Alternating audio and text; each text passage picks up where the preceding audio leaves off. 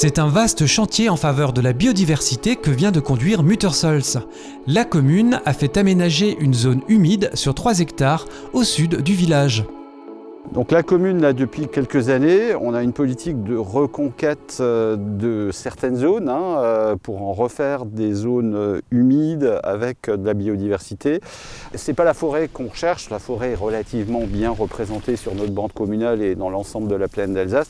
Ce qui manque, c'est les milieux ouverts très humides. Ici, on a donc pu reprendre les baux et donc on a la pleine maîtrise aujourd'hui pour faire un projet. Pour mener ce projet, la commune a fait appel à des partenaires compétents en la matière, à commencer par Symbioscope. Ce bureau d'études, basé à Muttersols, est spécialisé dans la gestion de l'eau et des milieux aquatiques. Il a fallu d'abord avoir une topographie du site, donc des relevés topographiques.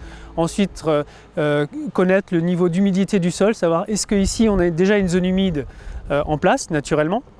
Ensuite, on a créé quelques sondages pour connaître la nature du sol. Et puis aussi, on a fait des relevés de la faune et de la flore présentes sur le site. En fonction de toutes ces données-là, on a élaboré le projet, c'est-à-dire qu'on a défini les zones sur lesquelles on allait terrasser, c'est-à-dire on allait baisser le niveau du sol pour justement le rendre encore plus humide, et les secteurs sur lesquels on pouvait remblayer pour créer des milieux plus secs avec les matériaux extraits dans un premier temps.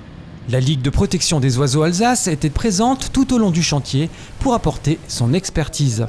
Mon rôle, c'est d'accompagner les porteurs de projets, faire les suivis de chantier, le suivi futur aussi sur les espèces qui vont s'installer pour voir ce que ça donne.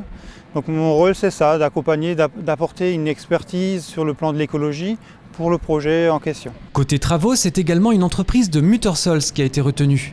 Nature et Technique a pour activité la restauration et l'entretien des cours d'eau.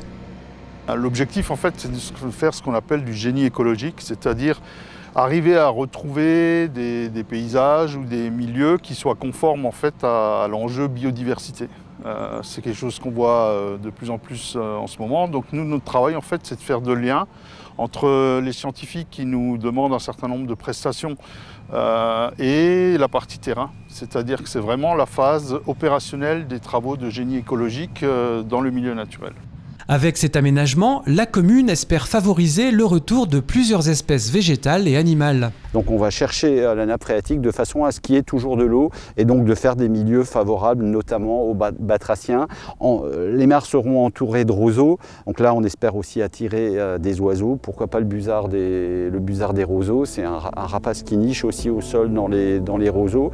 Et bien sûr aussi les papillons liés au milieu humide, le cuivré des marais, l'azuré de la sanguisorbe ou l'azuré des paludes, c'est des espèces qui ont leur place ici.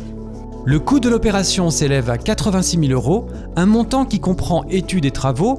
Le tout a été financé à hauteur de 80% par la région Grand Est et l'Agence de l'eau.